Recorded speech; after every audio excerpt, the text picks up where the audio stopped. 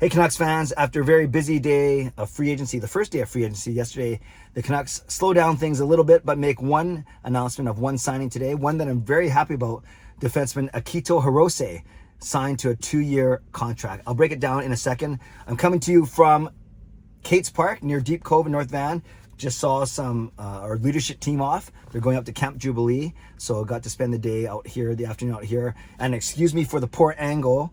I'm in Gail's van or our van. It's either that or I'm sure you prefer this to yesterday's nausea-inducing shaky car vlogs when I was trying to instantly react to all the big signings. But I can react more calmly to today's signing. So in Akito Hirose, we get a smooth skating, smart, very poised left shot defenseman. He played 7 games last year at the end of the season. And yes, they were mean-nothing games, but I was very impressed by his demeanor, his poise, his maturity as a hockey player. Never seemed to panic, never seemed to throw the puck up the boards or ice it for no reason.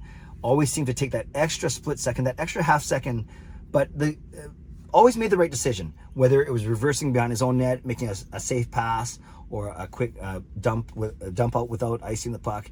Now, I get it. It was only 7 games, but he got 3 assists in those 7 games. So extrapolated, I know it's like the smallest sample size ever, but that's almost a 35 to 40 point pace. But he might not even make the team this year. So let's talk about his contract. But I will say, I think in Hirose, it's a very low risk contract. It's a low risk gamble, so to speak. And he could turn out, he's still young, he could turn out to be a decent depth player for the Vancouver Canucks because of all those things I talked about. He's got a good hockey IQ, poised with the puck, good skater as well. He's not like Quinn Hughes level skating, but he's a good skater. And I think that he could carve out a nice little spot for himself on this team, whether it's this year or next year. Now, this 2-year contract, the first year, it's a 2-way contract. The second year, it's a 1-way contract. As I've talked about many times on this channel before, 2-way is not as good. It means you get paid 2 ways. You get paid 1 way if you're playing with the Vancouver Canucks. You get paid a lot cheaper, less, if you're playing with the Abbotsford Canucks.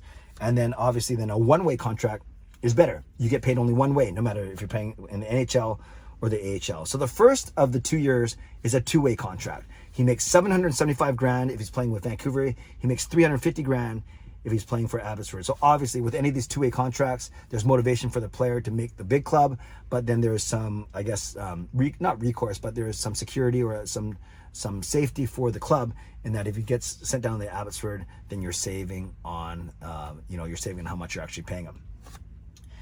The second year of his contract, though, it's a 1-way contract worth $800,000, so a $25,000 raise over year 1, but guaranteed whether he's playing in the NHL or the AHL. So obviously there's incentive for Akito Hirose to make the team, obviously in both years, but especially in that second. Actually, now that I say that, it behooves him to make the team in the first year because there's a bigger gap. Where in the second year, it doesn't matter where he's playing; he's going to make $800,000. But regardless, I think you know what I'm trying to get at is this naturally points to a progression that the Canucks will hope to see in Hirose, and that they maybe expect him to be on as part of the main roster in the second year of this 2-way contract. Now, is he going to battle for a spot this year? Well, we know from yesterday that 5 of the 6 spots are likely set, barring any other moves, which could happen.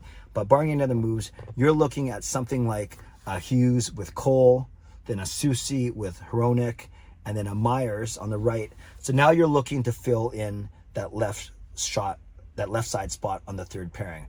Whether that's Akito Hirose or Christian Wolanin or a newly acquired Matt Irwin or Guillaume Brisebois. There's like 4 options right there already. It's kind of interesting. And it maybe if they end up playing Cole on the left side, then you're looking at filling the right side spot, third pairing spot, whether that's a Noah Juleson or a Jet Wu or any of those guys. So kind of interesting how it depends, I think, what the defensive coaches, how they kind of pair their guys up and who's going to play on what side. But, you know, in my head, I think your options on the left in Hirose, Brisebois, and Wolanin are stronger than your options on the right, which is really Juleson right now, because there's no more Kyle Burrows, there's no more Ethan Bear, there's no more Luke Shen, of course. So then on the right side, it's really Juleson and maybe Jet Wu, Philip Johansson. So I like the options on the left side more.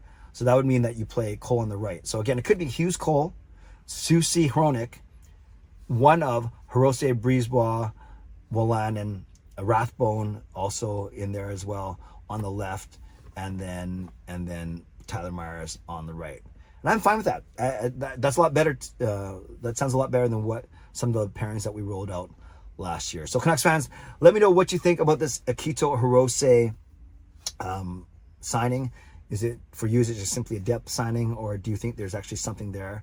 I really like him, not just because he's half Japanese like I am, but I really think that he could be a smart depth piece for us. And even if he's not, doesn't make the team right out of training camp, if he's the first or second call up on D, because we know we went through 16 defensemen last year, so we know that we're going to need as many defensemen as we can get. And I guess now, I was going to vlog about this anyways, but I might as well do it now.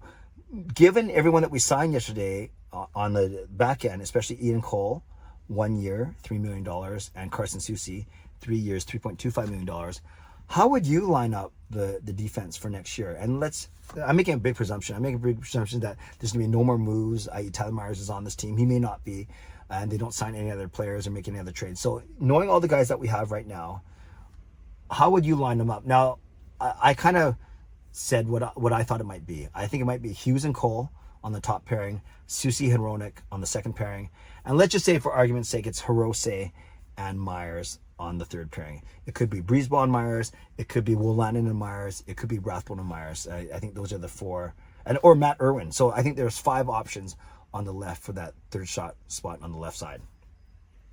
Whereas I mentioned earlier, on the right side, really it's just Juleson, it's Jet Wu, it's maybe Philip Johansson and Cole McWard, maybe. So those are 4 or 5 of the options there. So there's about 9 guys, I'd say, battling for the 6th and final spot.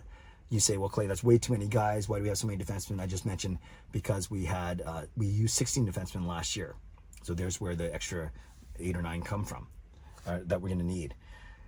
The other option I've seen floated out there is, one of the other options is Noah Juleson did play with Quinn Hughes. He played quite well with him last year. Would you try and put Hughes and Juleson together? But then can Juleson play top minutes? And then you can go still with Soucy and Hronek on a second pairing.